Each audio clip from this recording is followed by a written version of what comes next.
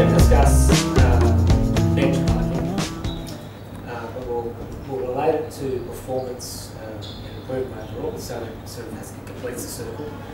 Those three topics by themselves, you could spend seriously a semester sort of pulling them apart and then putting it back together to understand them.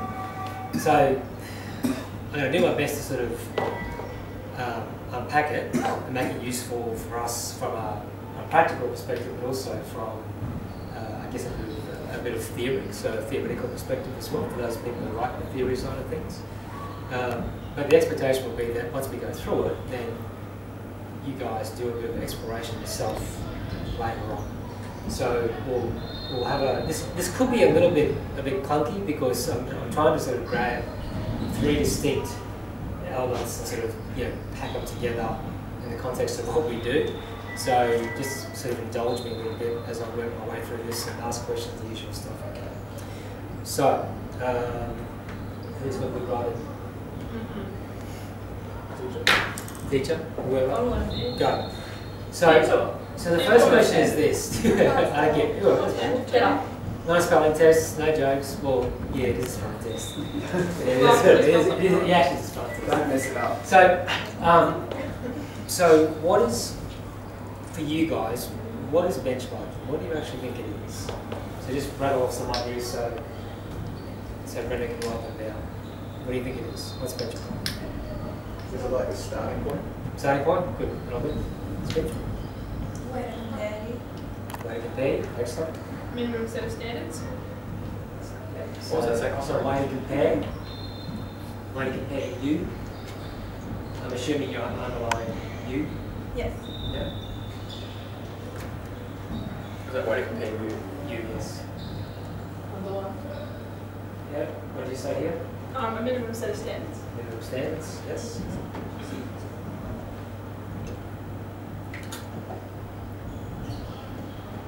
What else? Come on. Oh, we got engineer, IT.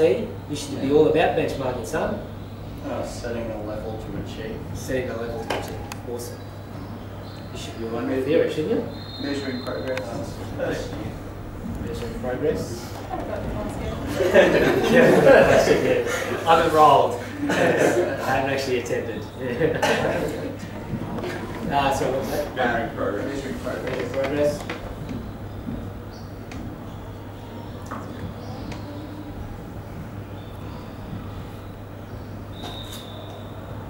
Nice. Anything else that you might want to raise?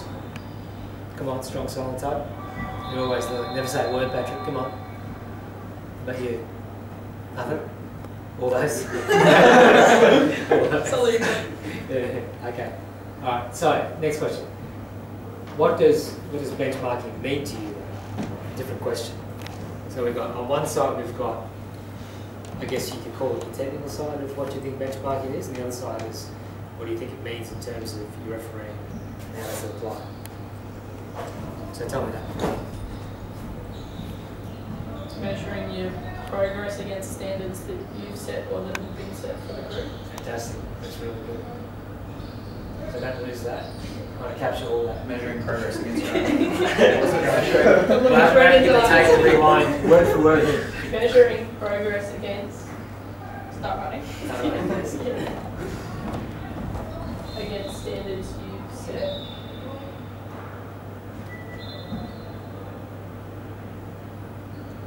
Standards you've set or that have been set. Apostrophe me. Yes, full reality. As well. Yep. You've set or that have been set. Or have been set for you.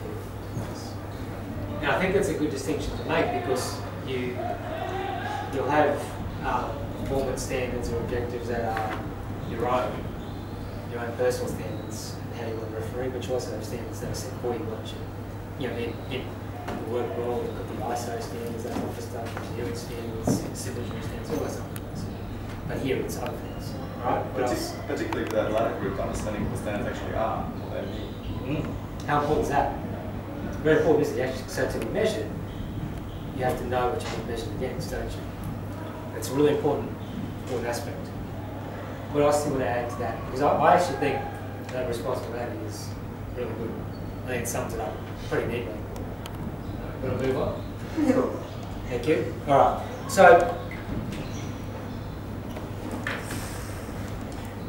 I've got up on the other board, I've got the benchmarks of a what. So, and the what equals something. And it's already been said. So what do you think the what is? Yeah, standards. What else? So write these up. So just take off the question mark. So it's standards. What else? Read the equal sign, please. Sorry. Yeah, that's right. Yeah. So standards. What else? Your performance objectives. What else?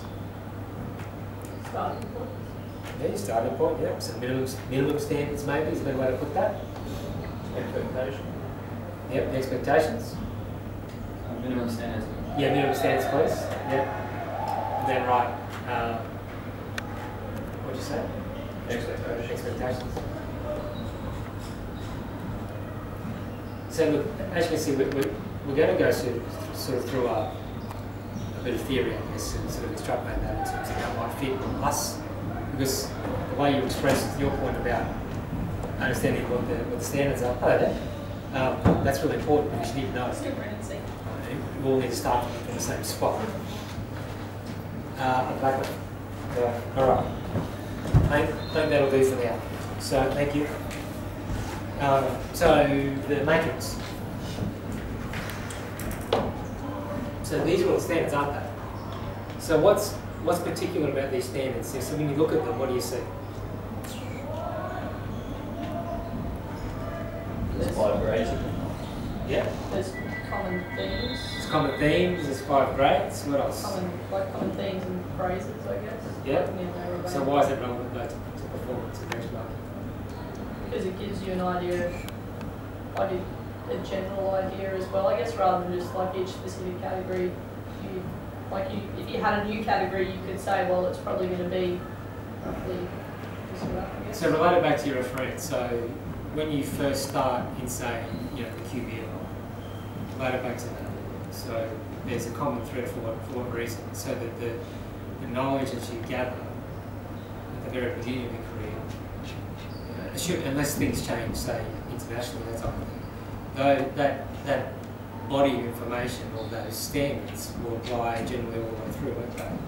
So that when Sam walks out on the floor with Luke and Gavin Smith, who are experienced referees, you would expect that the core of Sam's learning or her minimum standards are somewhat similar to experienced referees, yeah? So it means you should all be on the same page at some stage. Does that make sense? I mean, I know it makes sense. It makes obvious sense when I say it, doesn't it?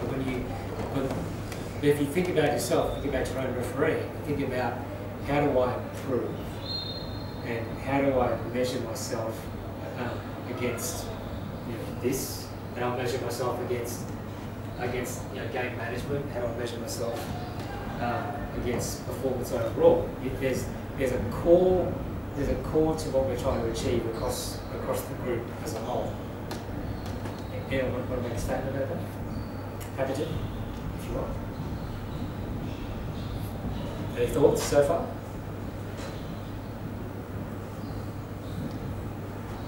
No? Okay. So benchmarking is actually, so you've got a difference between benchmarks. These are your benchmarks in terms of standards. Benchmarking is the how. It's how you get from rookie to level 1, level 2, to QBL, to really competent QBL referee, to top of the line QBL referee, to WBL. Each time you've got these core standards and these core competencies that you drag with you all the way up. And unfortunately, each time that you go up a level, you kind of reset.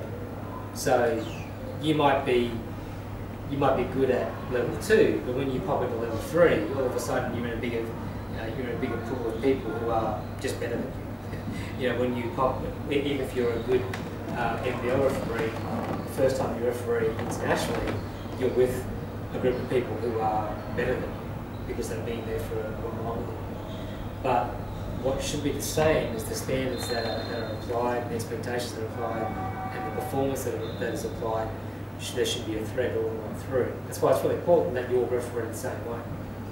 I know it makes sense, but I don't see that happening from week to week. I don't see people refereeing the same way. So it doesn't matter that Carolyn's from Germany and she's refereeing more of the European style of basketball. There are still commonalities between the way she referees and the way we referee. There's some differences in terms of how Carolyn might apply herself and do certain things. And there's some ways that we do things that I know Carolyn goes, that's good to hear.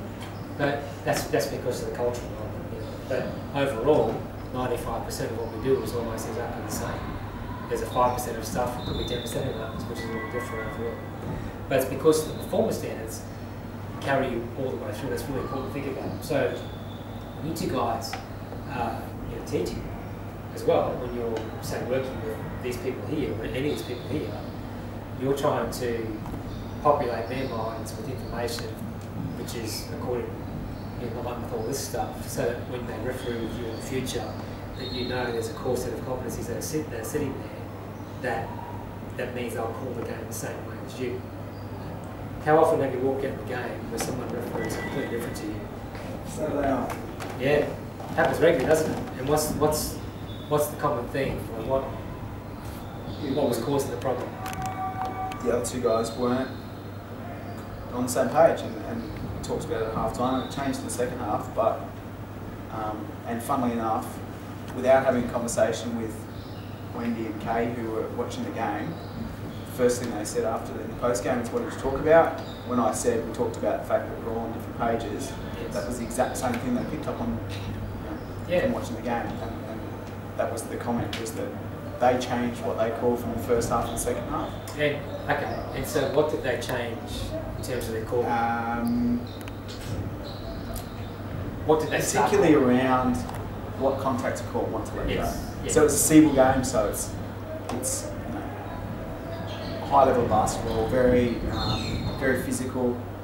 What to let go, what to not let go, and the players were frustrated in the first half a little bit. Second half was a lot better, but that was. So the POE come back and play, and the points of emphasis in terms of what we need to call. They all of a sudden, so they get roped in as our standard as well, don't they? They become the discussion point of the game, much the same as your game on Saturday night. You were together, you can see it was like as if you had three referees who were just reading the exact same piece of paper, the exact same words, at the exact same time, because everything was called exactly the same. Probably one of the best referee games in terms of consistency I've seen for quite a long time. Everything that needed to be called was called. Everything that needed to be let go was let go. Everything that needed judgment had judgment applied to it. Sometimes it was called, sometimes it was not called, but that's okay. Yeah, that's the space you want to be in at the time. But you can't do that unless you're actually looking at each other in terms of how you referee a game. You have to look at each other. You have to look at the performance of other people, particularly people who are above you in terms of what do they call and what do they not call. Right? So, I hope you all bought something to write on or something to do some notes on. So benchmarking is the how, which refers to, I guess, a process, I suppose, overall. So the questions I want you to think about when we watch this video are: so, how do I benchmark? What process do I use? What am I measuring? And what is worthwhile measuring as well? So when we watch this, it's only a 2-minute video. It's actually quite interesting in terms of, it's a basketball game on Steve Nash, junior, I think it's junior Canadian camp, remember it? It's really useful because it breaks down in a very simple way how they benchmark for young kids going through. So what I want you to do is really note the principles that you see in the footage, just in very, very simple terms. It could be one word, it could be something like, I'll give you an example. One of the things I see in the video regularly is that they're testing for skills and athletic ability. So you pick up words like that.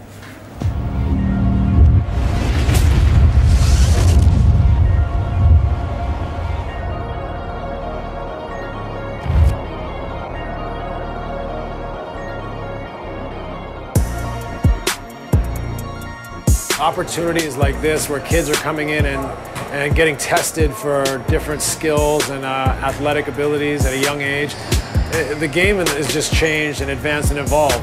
It's fantastic, I think, for young people to be able to do some of the things that we never had a chance to do growing up. This is, my first time ever seeing, kids at age between 10 to 15 do something like this. So, they're lucky. I wish I had it so I could be part of that and, show how fast I was when I was 10 years old. But, it's a great opportunity for them and they need to soak it up. Why not take advantage of the technology we have? If the technology can allow us to improve at a higher rate or measure or identify strengths and weaknesses at a higher clip, we should take advantage of it. The accuracy is, to us, at the end of the day, is the most important thing. If you can't run accurate combines using the proper electronics to make a real-time combine solution, then really you're just testing something that is not measurable.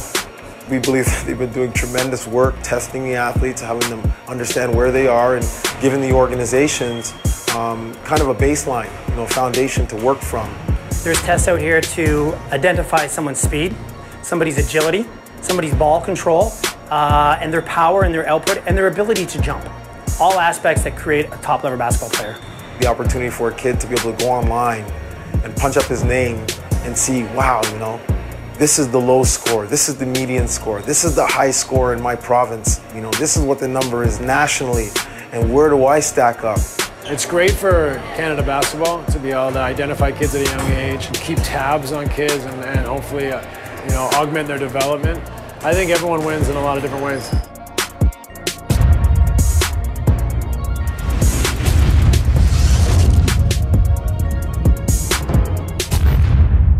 There's 13, I think that's 10 of really decent information in terms of how to benchmark. So, what did you pick up? So, can someone write again, please? I don't care what it is. Patrick. You're up. How have you guys, mate? That's good. But we will after you do something really wrong. Have you got? Alright. So, what were the principles that in there that spoke to you around benchmarking and performance, that type of stuff? What did you hear? It's measurable. Measurable? Measurable, comparable? Just anyway, mate. There's no word. And once they're measured, it drives really healthy competition. Yeah. Never really run anybody else. Hang on to that. Would help one thing. So we have measurable, comparable. Do you want me to jump on the other wall? No, do it all on the same spot. Yeah. What was yours? Knowing where you are and being able to compare and That's competitive, Yeah. So knowing where you are, and then slash competition. Really important. Really important. And that'll be make more sense towards the end. What else did you notice? I've already given you one. I said they're testing for skills and athletic abilities. That's relevant for us. So testing for skills and athletic abilities. Identify strengths and weaknesses. Identify. Strengths and weaknesses? Yes, definitely. Right. Identify strengths and weaknesses. What was it testing for? Testing for skills and athletic abilities. Strengths and weaknesses. And that's really important for what we do, isn't it, as well? Because you might referee junior level for a long time. You step up to senior ball, all of a sudden the things that you thought were strengths are weaknesses. Technical call at junior level, no one cares about that at senior level. That's why I see a lot of referees who referee very well at junior national tournaments, get finals and stuff, make transition to senior basketball, guess what? They explode. Why? Because they just referee too technical. Not relevant to senior basketball at all. At all. So often your best referees have never been successful at junior nationals. Alright, what else did you notice? Did you get a baseline? Baseline, yes. Yeah, foundation to build on. I saw, yeah. Okay. So, Scoring an alert, scoring the individual on the alert, medium, and the high, and comparing against the nation. So drawing a baseline, but also understanding the position overall. What I do for that? And measuring the individual on their scale. Yeah. So measuring on a scale. Kind of a biological accuracy. Did you get it in there? So how do you want to explain that? I guess this is about having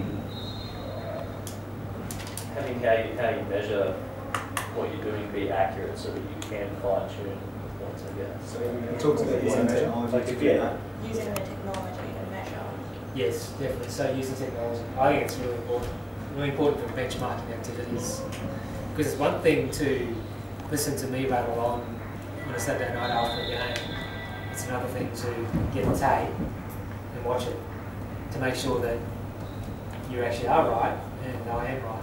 You know what you're talking about as well. Oh, I agree It totally. goes both ways. Like, I said to you guys on Sunday that, just like Scott said, to watch the video after a good game, same goes after a game that it was rubbish. not so good. Yeah. Yes. Someone else had a couple of weeks ago, had a really bad third quarter. The other 3 quarters were awesome, are really good. Third quarter, God, it was diabolically bad. It was absolutely terrible. But anyway, and I said, what did I say to you about your game Saturday night? That's now your minimum standard, isn't it? You can't fall below that. What did you do Sunday? Fell below it. Anyway, did you get that camera? Got it all. What else did you notice there? So I had testing for skills and athletic abilities. Game is changing, advancing, evolving. Did you have that? And with that, the benchmarks are being raised. Yeah, exactly right. Exactly right. So things are evolving, which implies what? That you have to evolve as well, don't you? Which means that you don't just sit there in the one spot all the time. You need to always be constantly measuring, remeasuring, understanding how your performance is compared to other people, that type of stuff, right? Take advantage of technology, measure, identify strengths and weaknesses. Testing must be measurable, understand where you are, baseline and foundation to work from, and basically where do I stack up. Yeah, about the same stuff. Good, thank you guys. Well done.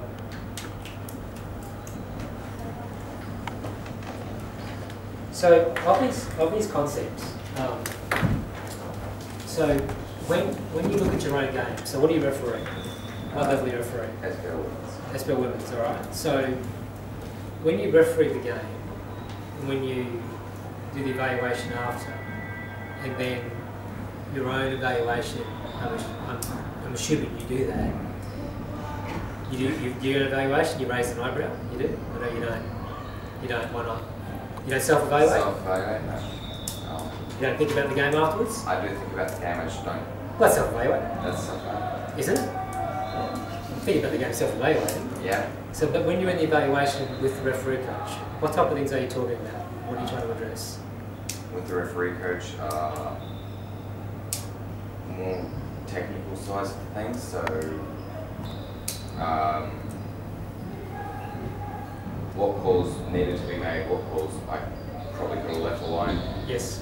What position I could have made to see it better, things like that. Yep. So you're looking for, so you're tracking maybe the errors or the discussion points and trying to work through how you can improve it, aren't you? Yeah. And you should also be doing that yourself, shouldn't you? So if you're refereeing locally, yeah. And where's your association? Burnham. So if you're refereeing locally, then you should also be, if no one watches you, what should you be doing? Working on my own game. Working on your own game. Why should you be doing that? To improve. To improve, because if you're not assessing your own game, what are other people doing? They're assessing their own game, they're moving forward, what are you doing? Staying It's still in effect, what are you doing? Going backwards. You're being left behind. I'm not targeting you because I haven't seen you before. It's an important discussion. It's important that you talk about these things and articulate this, because it's one thing to listen to me bang on about it and see some footage. It's another thing to actually voice it. To say, I'm going to improve, I'm going to look at... So who's on the same level as you in this room? Approximately.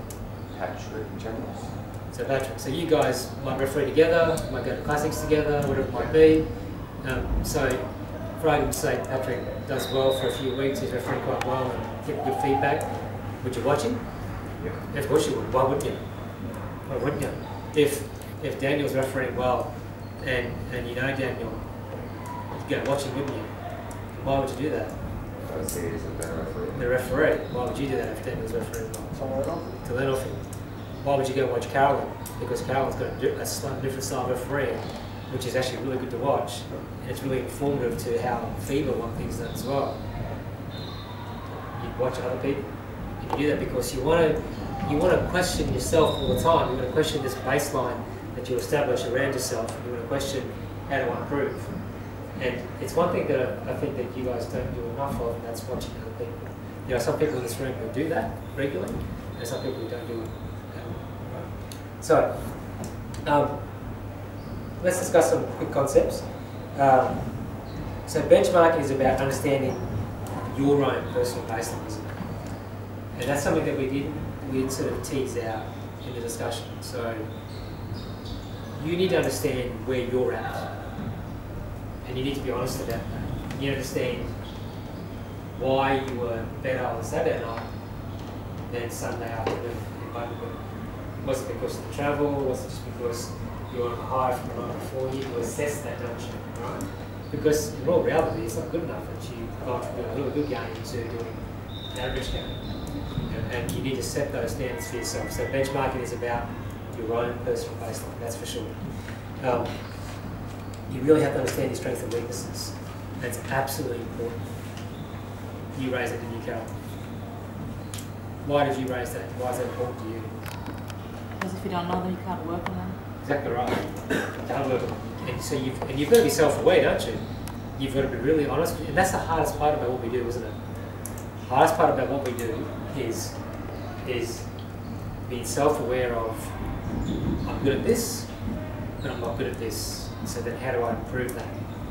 And that's a difficult part. How do you improve? How do you improve something about yourself that is difficult to recognise in the first place, and you're not quite sure how to do that? And the obvious answer is what? Watch other people. Have discussions with other people. Yeah? Very simple way to do it. You have to measure and test. Whether that be through your fitness testing, whether it be through the exams.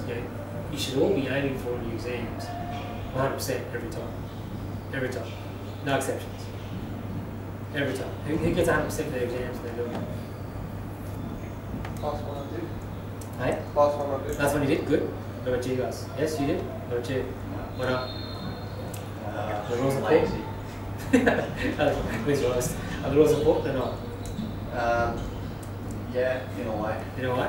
What did Matthew ask you before we started? Some like a pop quiz about some really simple things around, warm-up times and all that type of stuff. What would you do if you refereed that Ipswich game on Saturday night? The busted backboard, how would you approach that? Is there a rule for that? There is. What does that mean if one team, if the defense, if the team that's down, says they want to just forfeit? What does it mean if the team that's up says they're going to forfeit the game? What does that mean? Why is that important?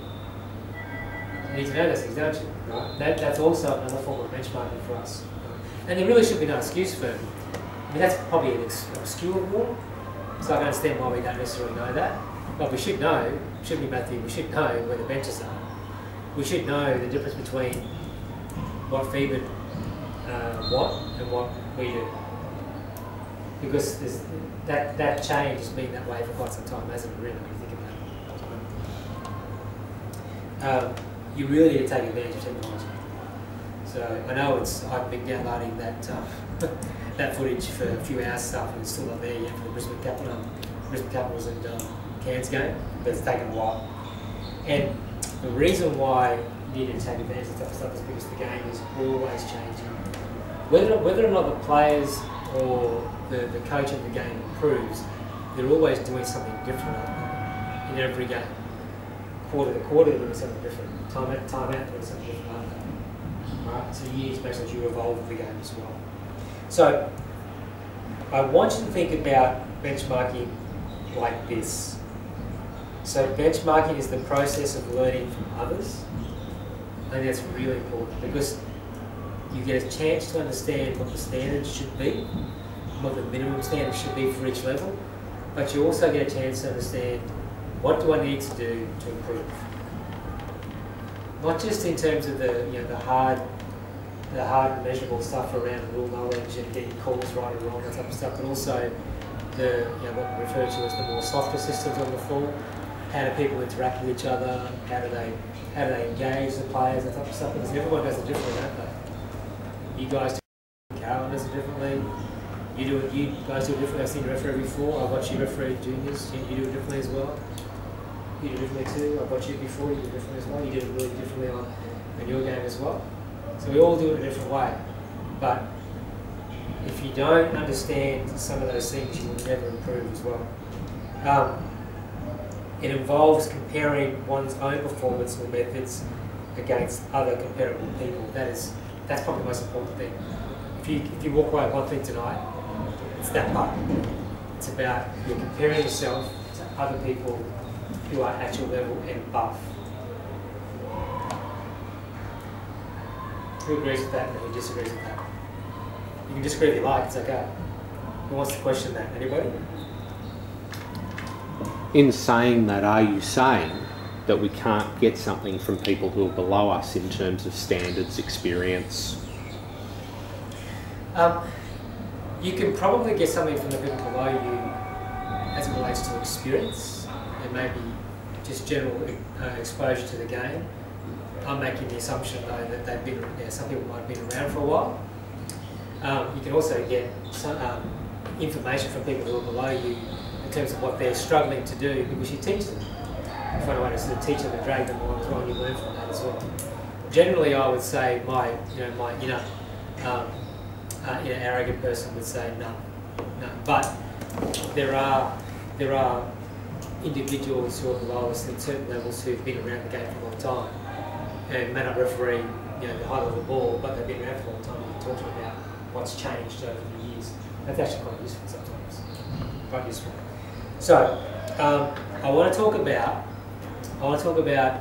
how we sort of draw all this into something that's useful for yourselves, all right? So remember, these sessions are only an hour long. They're not meant to be any longer than that. So I want to talk about a self-evaluation model.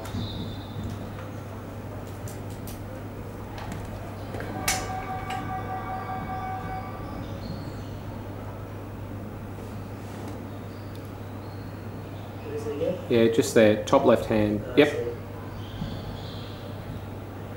Alright.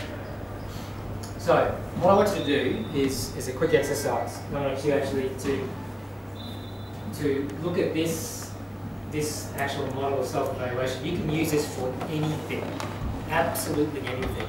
You'll see this in management textbooks. You'll see this in project management type textbooks as well. A whole range of different things. The idea is to understand how you rate your current performance against the expected performance. So this is actually self-evaluation. This is not me evaluating you. This is actually you evaluating yourself. Right? So I put in the criteria around what we're assessed against. 1 is the lowest, 10 is the highest. 1 is the lowest possible performance, and 10 is elite level of performance. So when I say elite, I mean near elite. Right? I'm not talking about QBL elite. I'm not talking about just NBL elite. I'm talking about Olympic, 2 Olympics, 4 world champs. Right? That's what I'm talking about. You can smile if you want, but you can diss me when you've done that. Alright? But I'm doing that on purpose. I'm doing that on purpose because if I didn't give you that criteria around what is elite, what would you think elite is in your own mind? Possibly QBL. So, Possibly QBL. QBL. What would you say is elite? Yeah. What would you say is elite? Yeah. Elite. NBL. What do you guys default to elite? From our experience, would be like you said, the Olympic guys and the very top of the tree, Elite, the top NBA guys. Yeah. Different type of game, but yeah. I mean, I've got particular views on the NBA game. I think it's actually, because the systems they use, I think it's actually a little easier to referee than it is. It's the athleticism of the game that's difficult at the level. The rules actually make it a little bit easier to referee. But this is my view. Because I've seen, the reason I say that, I'll explain myself, is I've seen NBA referees turn up to FIBA tournaments and just die. Why? Because it actually looks like real basketball. Keyways clogged. Yeah, all of a sudden, not all these special rules about illegal defense and all that type of stuff, and 3 seconds on defense, that type of thing, and how the ball enters the lower block and whether it gets past him or someone drives it into or something. It's a lot harder to referee international. So, and I'm doing this deliberately because I want to force you. I want to force you to look at your own game and where you think you sit. Where you think you sit as it relates to what I believe, what I've defined as a leader. Yeah. Right. So this is something I mocked up just to sort of give you an idea of what you have to do. All right. So red is what your current performance is, and green is what you should be expected to achieve. And then whatever the gap is, that's the performance gap on that criteria of player coach management. Yeah, does that make sense? So what I want you to think of, is because of you, your last game you did, and I want you to rate yourself. So I want you to rate yourself on my scale. Not NBL scale, not just NBL scale, but what I consider to be the best referee in the world. In my view, even better than the NBA. Right, so have a think about that for a couple of minutes. You can probably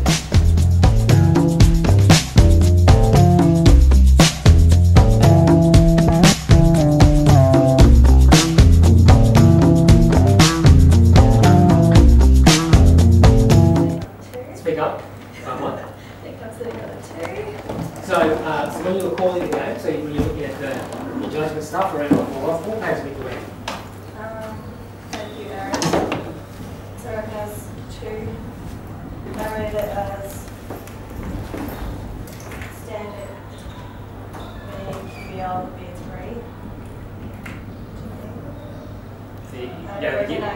You went too well in the game, did you? Is that what you're saying? There was a few errors. Yeah. Game management things. Can always improve. Yes, always.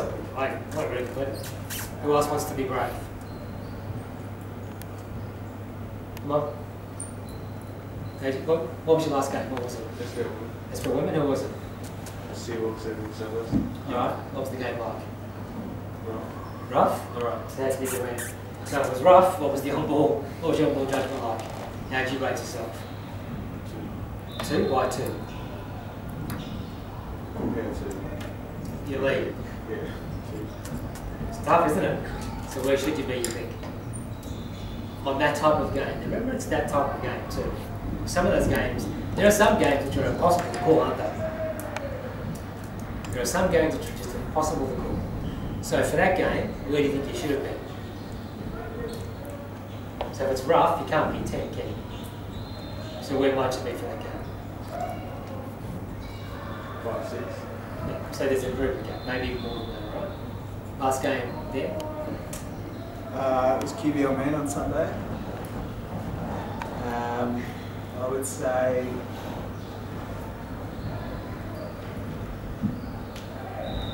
everything bar the fitness part, I'd say was a 7. Yep. Fitness, I'd say was a 10. Okay. Yeah.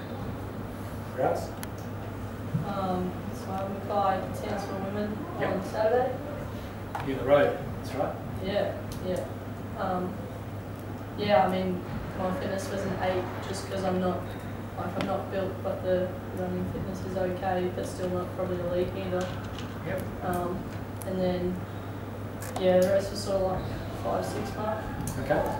Cool. So let's drop the standard. Let's drop the standard to the best referees across all the sort of the state league stuff across the country.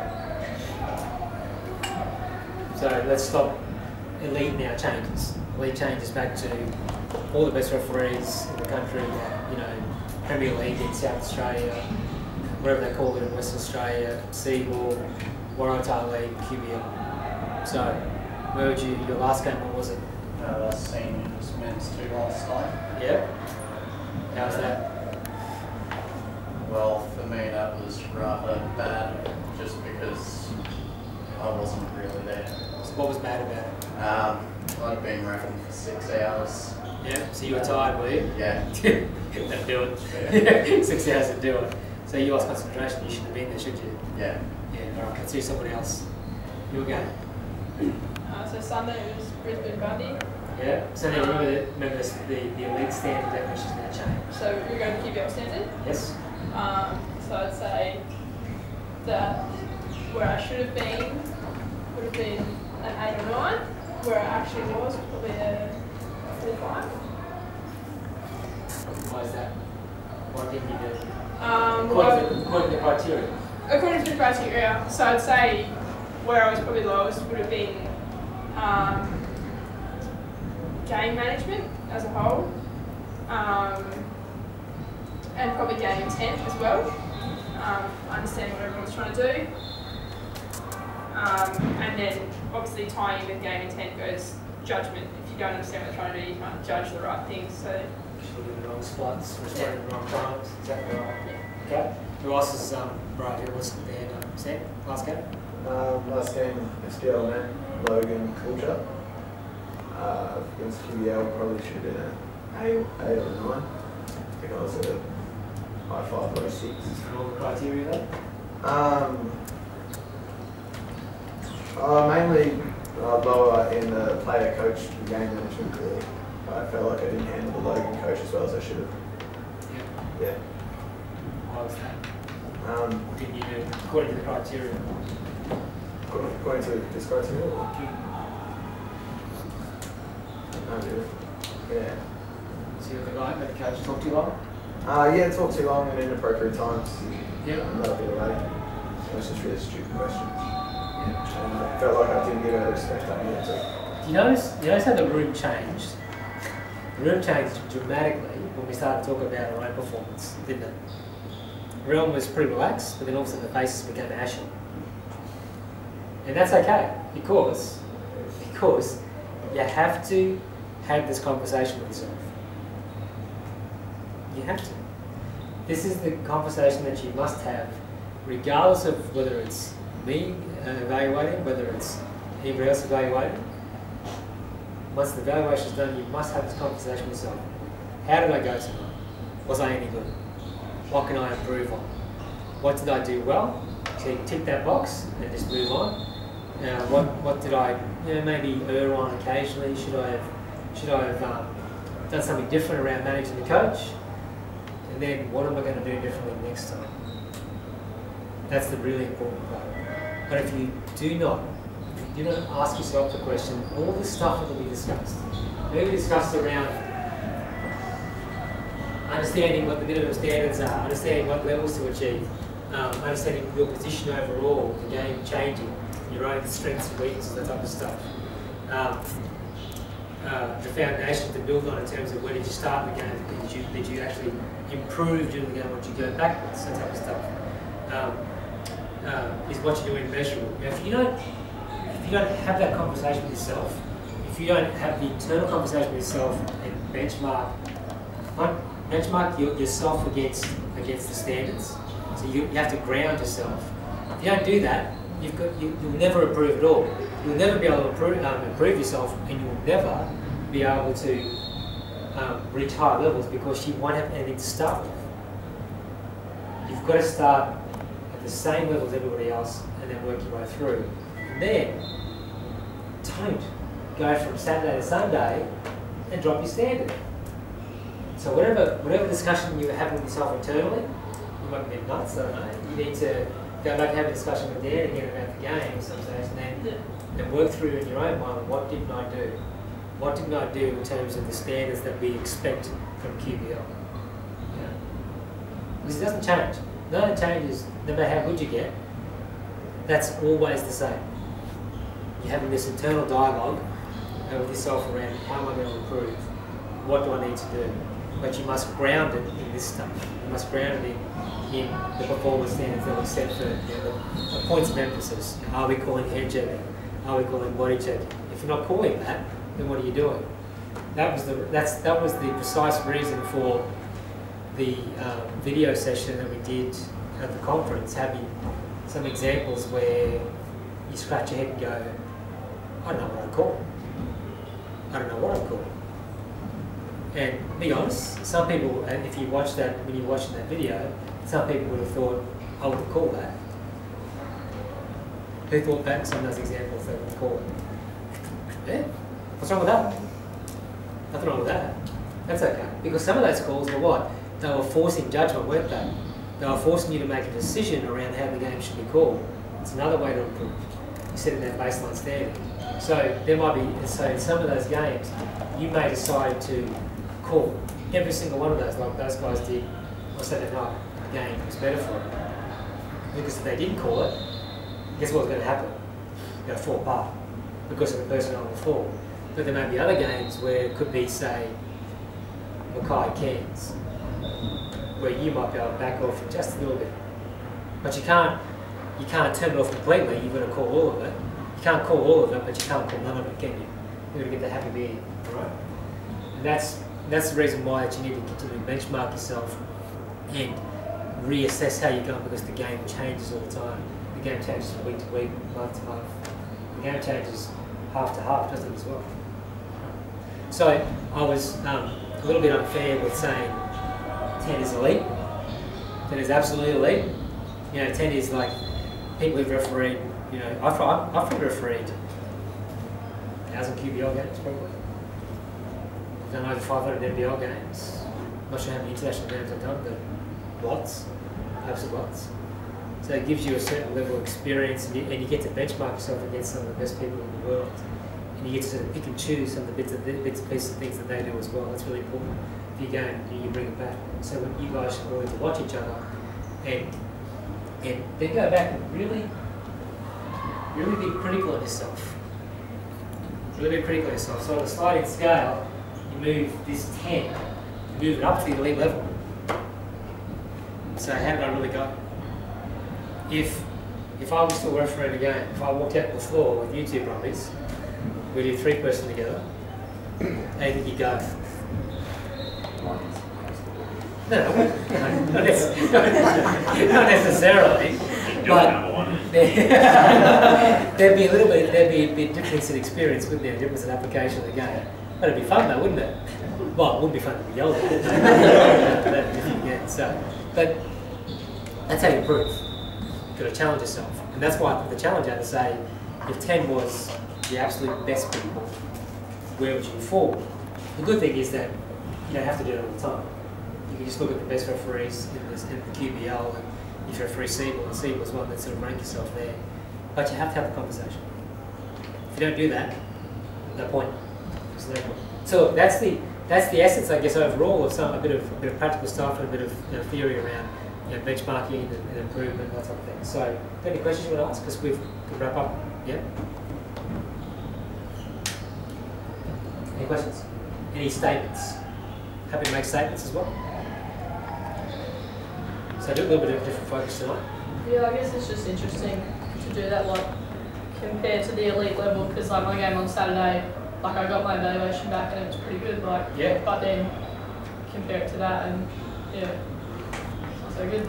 Well, like I knew that like it wasn't a perfect game without this, but it's still like interesting that comparison between like a QBLA standard and a 10 against the league. Because who do the QBL women sometimes get on their games? Rookies. Hey? Rookies. And who else? Yeah. Thanks for that too. All these guys. So they get everybody from a rookie up to people who've got a FIBA badge, international license, referee, NBL, WNBL. That's a big swing of experience and skill, isn't it? So you should always take heart from you do a good game and say, yeah, that was great. But I say but deliberately. It's great in context, isn't it? There's always something to do. So that's why you should always be looking at people around you who are doing better than you. Still be proud of your performance, like be proud Saturday night. Be proud of your performance. If you did a good job, be proud of that. That's really important to reward yourself, so I did a good job. But you can't always just be lashing yourself, can you? That's pointless as well. But then you've got to say to yourself, well, was I really that good? Or was I good in the context of what I did on the night? And do I need to follow it up the next day with a good game as well? You idiot. Alright, what else? Any other statements? Because we can wrap up pretty soon. Any other questions? Pretty straightforward tonight. So how did you feel when you had to question yourself? How did it make you feel? You're avoiding eye contact? Benchmarking myself, it was I was a bit iffy with it. Like, What way? What do you mean? Was it comfortable or not? it wasn't comfortable because I was unsure as to what actual standard I'm at Yes. now. Alright, how did you feel? Comfortable? Uncomfortable? Why did you feel uncomfortable? That was just my performance. Yeah, how to assess your performance. That's a bit hard. How do you feel? Yeah, it's uncomfortable because you don't want to, like, you want to say this is how I went, but if you say this is how I went and then Scott comes and watches you next week, you don't perform the same way that you said you performed in that game. Yeah. But that exact same thing can mean different things to different people. Like, there's a few people in the room that didn't have evaluated, didn't have evaluated in the game, so that's entirely your guys' own head. I was going to Sam and Paddy had that in the last figure, like you might think it's ball and you go and get someone like yourself watching the game, and it could be the exact same thing across the board. Well, you can find me walking at half time and really get into somebody like I did on Saturday, because there were several out of bounds that was completely wrong and I didn't understand why. You know, it was just stupid. And I actually asked the person, do you need your eyes checked? I mean, they were that wrong. So the conversation is really important, isn't it? Because it makes you look at yourself and how you really are going. But there's a point though where you say, well, I can't just keep making myself about this, I've got to move on as well. How do you feel about questioning yourself? I wasn't uncomfortable about doing it. I find it difficult to where you're measuring it against. So say that elite level, you don't really know what that means. Like, you can stand there and say what it means, but you don't really know. So you kind of got to measure to what you think a really good job would be, which for me, protocol like QBL referee, so you're kind of measuring to that. It's the point I made around what Matty said, it's the context of how you went. So you don't necessarily know what it's like to meet people in Melbourne, so you're going to measure yourself against what you see. That's why it's important that you don't just, you're not going to improve if you just watch Luke and Ben. Right? You will improve. You'll improve if you watch Carol. You'll improve if you watch Sam. Because there'll be things out of the game that you'll like. You will improve more if you're prepared to watch people like Vaughan and Tony and Tim Bosman and those guys as well. Just because of the exposure that they get to different parts of the game. How do you feel about that question? Look at yourself, Uncomfortable. It's just taking it hard and going, like, what do I need to work on, everything like that. But then it felt kind of better going, how? Like, when we made that point, just go, how do I get that in? Just kind of go. Exactly right. Well, do you guys? Yeah, not too bad, I don't think. Probably a different method of measuring than usual, but trying to do a bit of self-evaluation after most games and performance. Have to, yeah, exactly right. How do you feel about Same, mate. Yes. You just got to understand that you don't want to destroy yourself because then you've got no confidence in what you're going for. Yes. I think it's more of a reality check. Like elite's not there. Yeah. That's a Well, lot more elite than yes, it is. Yeah, it is. And it's a lot more elite, isn't it? Yeah. It can be frightening, but if you drop that back to just QBL, it's still a story again. There's always, someone made the point, Maddie made the point, it's about room for improvement all the time. How do you feel about questions? It was alright, it's just a matter of being honest with yourself and Yes. how you actually win. Yes. Yeah. You guys want to make some comments? How do you feel about when you question yourself in your own performance? One of the things I know that I've done in recent years, and you said to Sam, is that's now the benchmark or your own baseline as well. And everyone should know if you've done a good game or you've done an average game or a poor game, you should always be striving for that top level in every game. Now, whilst we get good feedback on Saturday night, which was great, I still think if we look at the QBL level as the 10 as the best, I still only put that game at about an 8. Yeah. Because I don't see it as a super hard game. Because I've done finals, done women's finals and the men's semis and everything else. Exactly, like you said, the Cairns and Mackay men's. Yeah. What we did here on Saturday night was pretty run-of-the-mill average game. But we did a good job on it, and that's what we should be. There shouldn't be a dip at any stage, regardless of what the level of the game is. Well, I guess just following on from what you just said around, I think the standards change. You know, if you guys on panel 3 and panel 4, watching the guys on panel 2 and panel 1 will get you to there. And then when you're there, you then start watching the next, you know, that's how the standards never stay the same. That's, I guess, absolutely. Absolutely. Any comments coming up? And changes for every game. Yes, it does. So you have to reevaluate yourself every game and set your standards different to quality the game. Every game changes. It's the reason why this scale, when you look at it on a game-to-game basis, you might rate the game as 10 in terms of how difficult the game was. There are other games, like Luke just said, probably only 8 overall, maybe 7, you know, what it might be. But the guys on your game a couple of weeks ago, probably that women's game was maybe 7 or 8, but there were parts of the game towards the end that were probably getting up towards a 9 or a 10 because of how close the game was and how physical the game became. But it was actually good for you. So you're measuring yourself in terms of what the game is like on the night, and also then against other people around you. And that conversation is the most difficult thing to have with yourself. All right, are we done? Thanks everybody, appreciate it.